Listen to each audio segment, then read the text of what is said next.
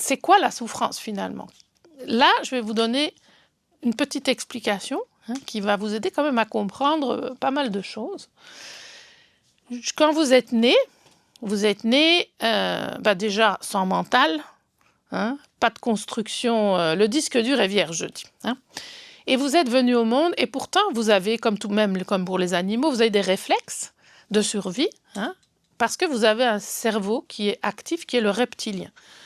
Il le sera toute votre vie, mais il est particulièrement actif pendant cette zone-là, c'est-à-dire que l'enfant n'ayant aucun moyen de survie et aucun moyen de subvenir à aucun de ses besoins d'ailleurs, la seule possibilité, c'est qu'il crie, il pleure. C'est un état très inconfortable. On est venu au monde comme ça. Et donc, l'extérieur pourvoit à tous mes besoins. Sinon, je meurs. Il y a un autre cerveau qui est actif, qui est le limbique, c'est-à-dire le cerveau émotionnel. Bien sûr que le bébé, l'enfant ressent tout. Il a des émotions, il a du ressenti, mais il y a un cerveau qui n'est pas encore construit. Vous savez pas, on l'appelle le néocortex, c'est-à-dire le cerveau qui se construit petit à petit. Il mature ce cerveau-là. Et c'est celui qui nous permet maintenant, moi, de vous parler, d'analyser les choses, de ranger l'information, de tirer des conclusions, de planifier la ligne du temps. Quand vous étiez petit, ça n'existe pas le temps.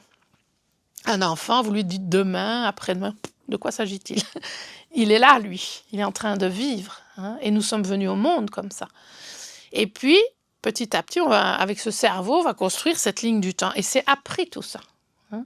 C'est quelque chose qui est appris. On vous a expliqué qu'il y avait un passé, un futur, et c'est devenu quelque chose, une réalité pour nous, en soi. Donc ce cerveau, il va maturer et il va se construire réellement. On va avoir accès à notre potentiel au niveau de ce cerveau. On dit que ça se forge jusqu'à 7 ans. Donc vous voyez que les 7 premières années de la vie, on emmagasine de l'info, mais pas la capacité de trier, d'analyser, de rationaliser. Ça se passe, on prend tout de plein fouet. Okay ? Heureusement, il y a ce reptilien qui s'organise en permanence pour maintenir la vie, mais ça ne suffit pas. Vous ne pouvez pas laisser un bébé dans une pièce et dire je m'en vais. Non, parce que les dangers, il ne les connaît pas. Donc s'il y a un trou, un truc, un machin, il va tomber dedans. Il n'a pas la possibilité de maintenir sa sécurité tout seul. Donc ça aussi, c'est une donnée importante. La sécurité est uniquement en lien avec l'extérieur. C'est les autres, maman, papa, les gens qui s'occupent de moi, qui représentent la sécurité et ma survie. Et ça dure chez le petit humain très longtemps. Moi, j'ai un cheval. Quand une jument met bas, le poulain, 1 heure après, il galope dans la prairie. Ah ouais, sinon il est mort. C'est de nouveau les principes de survie. C'est-à-dire que pour les prédateurs, il n'y a rien de mieux qu'un animal sans défense. Donc, le fait de pouvoir prendre ses jambes à son cou, comme on dit, ça l'aide à la survie. Mais donc, chez nous, le petit humain, c'est hyper long, la maturation. Avant qu'un bébé puisse se retourner, prendre quelque chose en bouche, marcher, courir, etc., il faut un temps fou. Et donc, nous avons tous vécu cette dépendance à l'extérieur. C'est-à-dire, ce sont les autres qui maintiennent ma survie. Et donc, il y a tout un système d'adaptation qui se met en place à cet extérieur qui maintient la vie, mais il n'y a pas encore de conscience de « je suis quelqu'un », je suis un être à part entière. Je le dis souvent, mais ça va jusqu'à vous pincez un bébé, il crie bien sûr, réflexe, mais à aucun moment il n'associe la douleur à ce corps. Il n'a pas conscience que c'est lui qui a mal, parce qu'il n'y a pas encore de « je ». Il n'y a pas d'identité, il n'y a pas de concept par rapport à ça. Et on est tous venus au monde comme ça. Donc, qu'est-ce qui est le plus important pour survivre? Parce que c'est ça qui fait. C'est l'adaptation, d'accord, à cet extérieur, puisque c'est l'extérieur qui maintient ma survie. Donc, il y a un système d'adaptation. Et le mot clé de toute notre construction, c'est sécurité. C'est un mot, mais ça correspond à un état. C'est une recherche permanente, hein, trouver un espace pour la survie au niveau de la sécurité. Bon, l'enfant, il va s'autonomiser, il commence à pouvoir faire des choses, etc. Et pendant ce temps, on encode le disque dur. Parce que vous avez appris à parler, hein, vos parents ont encodé le disque dur, vous avez appris à mettre des mots, ça c'est un chien, un chat, un cheval, voilà. Et le disque dur s'encode. Petit à petit, on apprend à faire des phrases, on apprend à faire des liens avec les choses. On va même nous encoder ce que veulent dire les mots et les émotions, les actions. Tout ça va constituer le système de la pensée. Hein. Donc vous voyez qu'il se passe beaucoup de choses dans cette construction, mais vous comprenez que le cerveau n'est pas encore mature. Il peut encoder de l'information, mais pas tirer de conclusions, pas analyser, pas donner du sens aux choses. Il faut des années pour qu'un humain puisse faire ça. Donc quand un enfant, par exemple, vous dit à 2 ans, dit « Comment tu t'appelles ?» Moi, je m'appelle Mathéo, très bien. Mathéo, il répète. Il dit, ben voilà, il a compris, il fait des liens. Mais à aucun moment donné, il a une conscience d'être une identité propre. Il n'a pas encore construit d'étiquette autour de ça, etc. Parce que pour ça, il faut ce fameux cerveau rationnel, hein, le néocortex.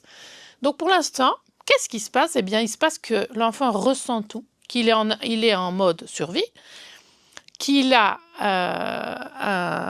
il recherche par-dessus tout la sécurité, hein, pour pouvoir explorer le monde, faire ses expériences. Il y a cette notion de dès qu'il pleure, hop, maman, dès qu'il y a quelque chose, hop, l'adulte qui est là, etc. Parce que il n'est pas encore en capacité, entre guillemets, de savoir quoi faire avec tout ça. Et donc, tout ça le traverse. Mais vous comprenez bien que se jouent là tellement de choses. Tous les mécanismes de défense, hein, se construisent. Nous sommes totalement inconscients de ce qui nous traverse, mais en super adaptation pour retrouver de la sécurité tout le temps. D'accord ? Et donc, tout ce qui nous vient comme information, que nous ne pouvons pas trier avec le rationnel, eh bien, ça s'engrange en termes de mémoire. Bien sûr. Hein. Si un enfant, par exemple, je ne sais pas, il rencontre un chien, et le chien le mord ou lui fait peur, hein, il va y avoir une mémoire par rapport à ça, d'accord? La douleur ou la peur, hein, s'il n'y a peut-être pas eu de douleur, mais il y a même une peur.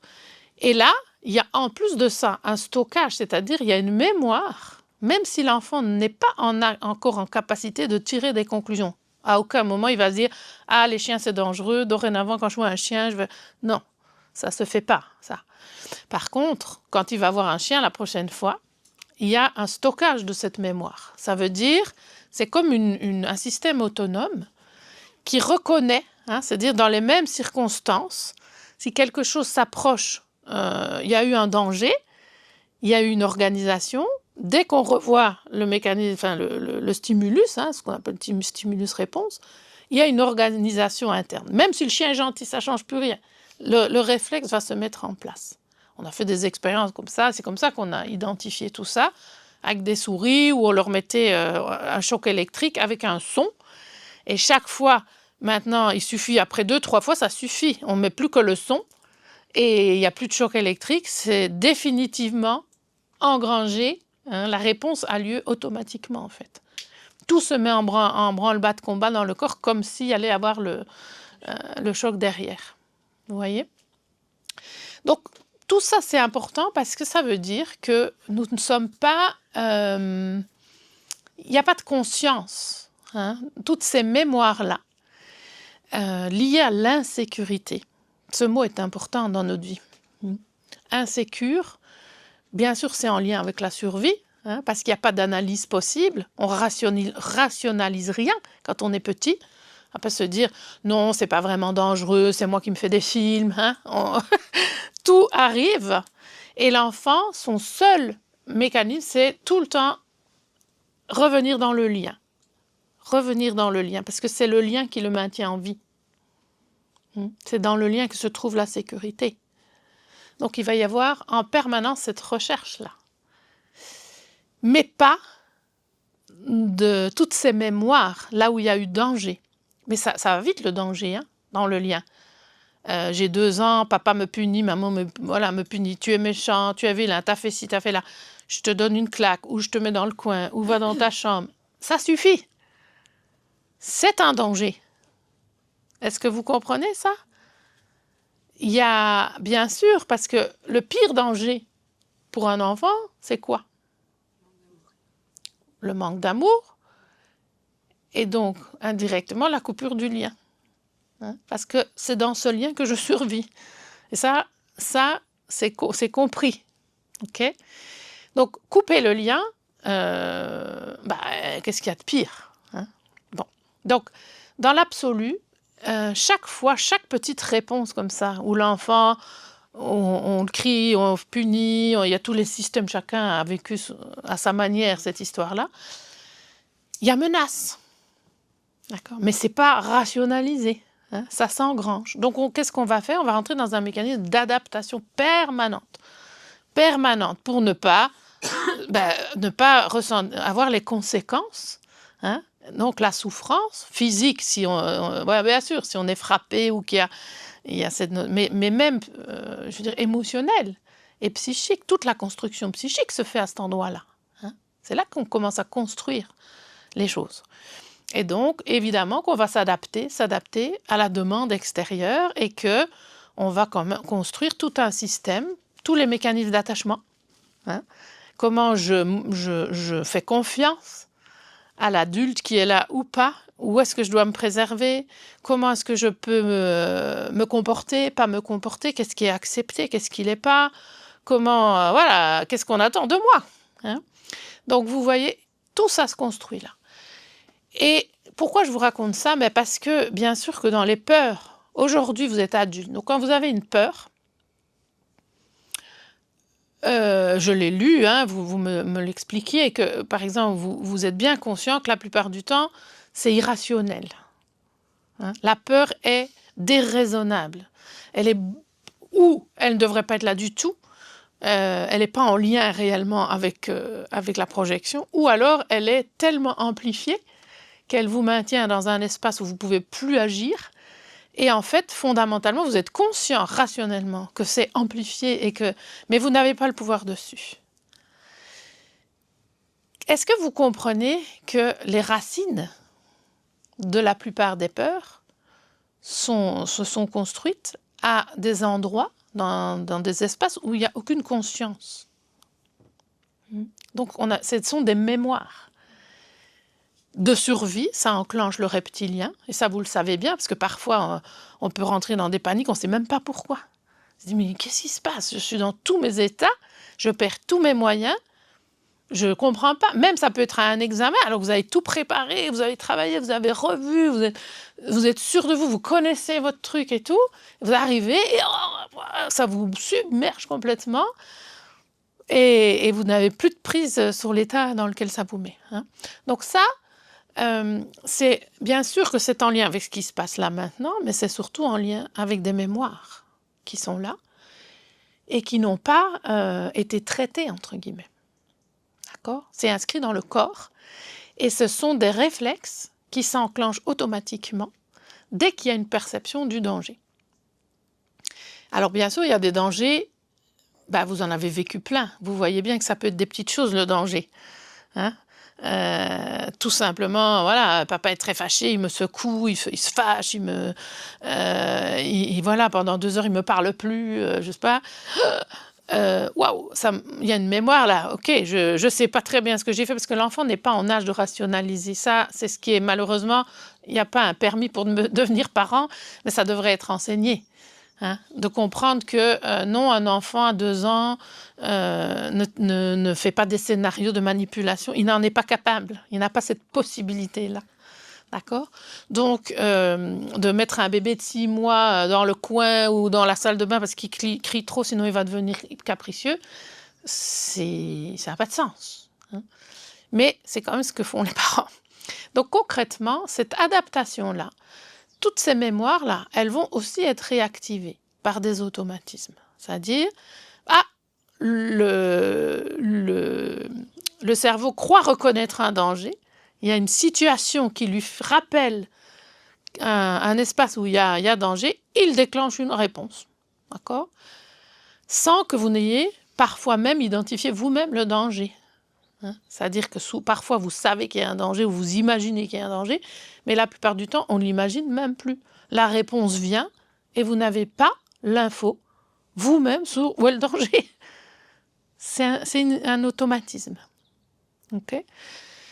Donc vous comprenez que la peur, c'est un vaste sujet quand même. Hein? C'est pas rien, parce qu'il y a la manière dont nous essayons de traiter la peur, nous, la plupart du temps, en tant qu'adultes. Quelle va être notre possibilité face à la peur? Ce que nous allons utiliser le plus.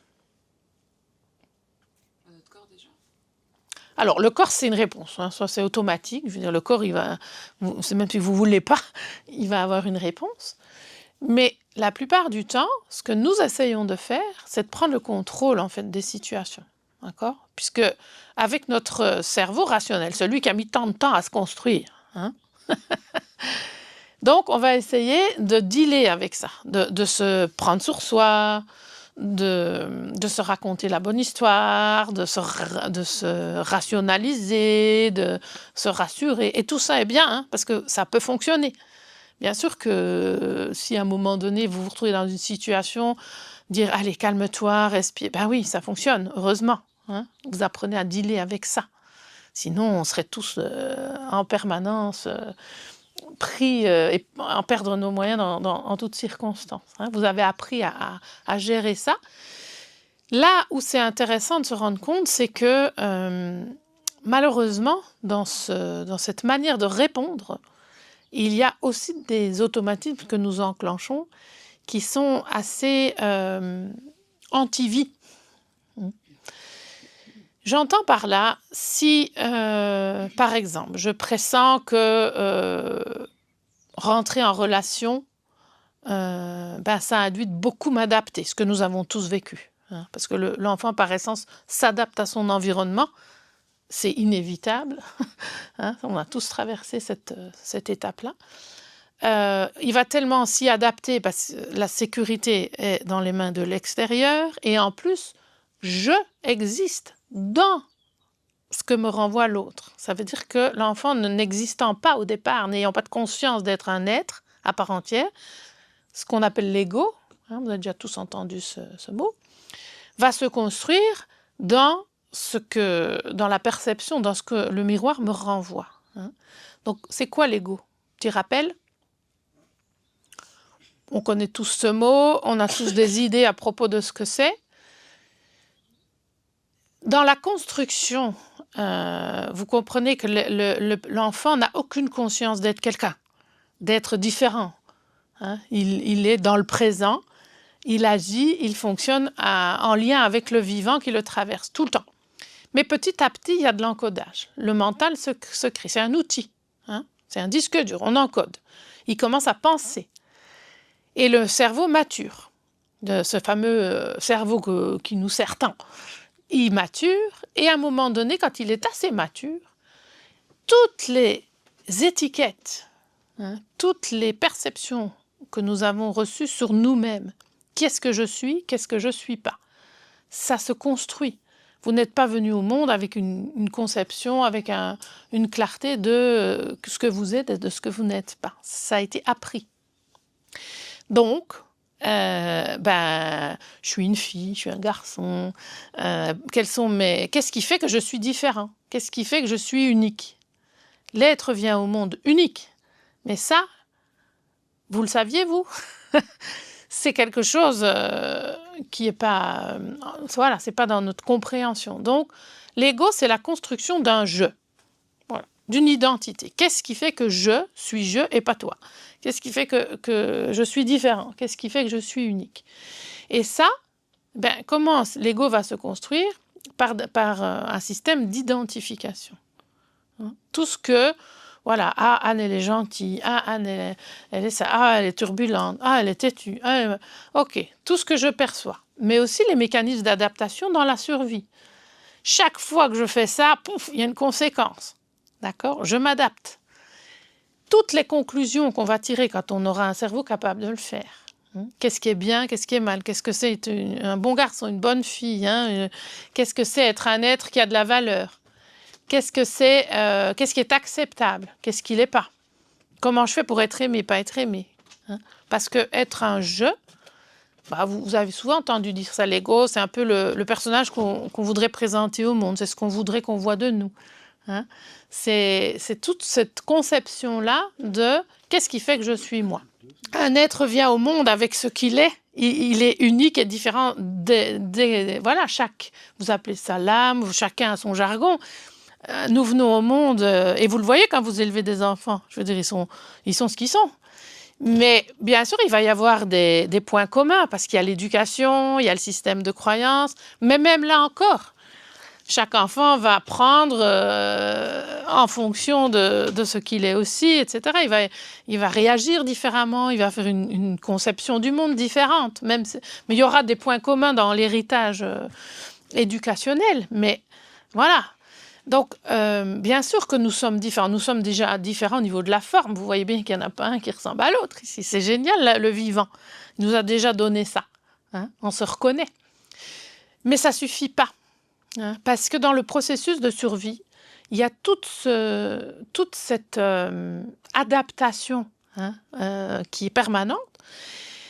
Et il y a ce moi social qui va se construire. Parce que l'enfant, il va commencer à percevoir, même si tout ce système n'est pas mature encore, il va percevoir que il n'est pas comme son frère, comme sa sœur. D'ailleurs, les parents vont refléter ça, dire « Ah oui, mais lui, il s'en sort bien à l'école, il est super, il est adapté. Oh, ma fille, quel bazar !» L'enfant, il capte toutes ces infos. Et l'ego est à l'affût de ça. C'est-à-dire, mais qu'est-ce qui fait que moi, je suis un être différent? Qu'est-ce que j'ai de différent? Et comment je vais pouvoir me positionner dans le monde pour qu'on me voie. Je donne souvent cette métaphore. Imaginez l'océan. Vous prenez une goutte d'eau, vous la retirez de l'océan, vous la voyez, elle est bien là. Elle existe, vous pouvez l'identifier, vous pouvez dire, ça c'est ma goutte d'eau. Vous la remettez dans l'océan. Elle pue. Elle disparaît. Elle ne disparaît pas en soi, d'accord? Mais elle est de même nature. Donc vous ne la voyez plus, vous ne pouvez plus la reconnaître. C'est ce qui se passe au niveau de l'humanité. Chaque être humain, c'est une goutte d'eau. L'océan, c'est l'humanité. Le job de l'ego, c'est faire en sorte que, au milieu de cet océan-là, la goutte d'eau que vous êtes, on puisse la voir. Si vous n'êtes pas vu, vous n'existez pas. Vous comprenez ça, que la compréhension ou la conscience d'être un moi à part entière, c'est créé dans le miroir de l'autre, à travers ce qu'on vous renvoie. Donc, l'ego, c'est tout simplement un mécanisme de survie déjà. Parce que, à un moment donné, c'est important que vous identifiez que vous avez un moi, que vous êtes un être à part entière et que, finalement, vous allez devoir dealer avec les autres. Et au milieu de cet océan, il faut que cette petite goutte d'eau, quelque part, sorte du lot pour qu'on puisse la voir, la valider son existence. Et ça, c'est quand même quelque chose... Toutes les peurs que j'ai vues sont liées à ça. C'est-à-dire, peut-être vous avez déjà vécu ça adulte, ce sentiment de ne pas exister. De savoir, mais comment je fais pour être quelqu'un? Comment je fais pour me sentir différent? Parce que la goutte d'eau, son essence, là, si personne ne la voit, même si elle ressort de l'océan, mais que personne ne la voit, pour l'ego, c'est comme « j'existe pas ». D'accord? Il attend une validation, tout simplement parce que nous nous sommes construits dans cette histoire-là. J'existe parce qu'on me le renvoie. Et l'ego, c'est vraiment la construction de ce moi. Mais c'est un mécanisme d'adaptation. Et c'est une construction. Ça veut dire que tout ce que nous allons mettre derrière ce que je suis, toutes les étiquettes que vous pouvez mettre là derrière, c'est juste un système d'adaptation et un système d'identification. Ça n'est pas la vérité. Mais ça rassure et ça permet de construire cette perception de ce que je suis d'unique. Vous avez peut-être entendu parler de ça sous forme de personnages. On dit souvent l'ego, c'est les personnages. Ben oui, parce que nous construisons une personnalité. Ce que nous avons compris qu'il faut être. Parce que la petite goutte là au milieu de l'océan, pour qu'elle existe, dans son système d'adaptation, elle a dû en permanence répondre aux attentes de l'extérieur. C'est pas juste je me construis un être unique, c'est je me construis un être unique accepté par les autres, qui obtient la sécurité. Parce que si chaque fois que je ne suis pas comme il faut, je suis punie, je reçois une claque, je suis rejetée, ou je déçois mes parents, ou perte du lien, danger. D'accord ? Donc, qu'est-ce que cette goutte d'eau va faire ? Le processus même de l'ego, c'est de construire un personnage qui est acceptable et qui obtient la validation et la sécurité. Ouais.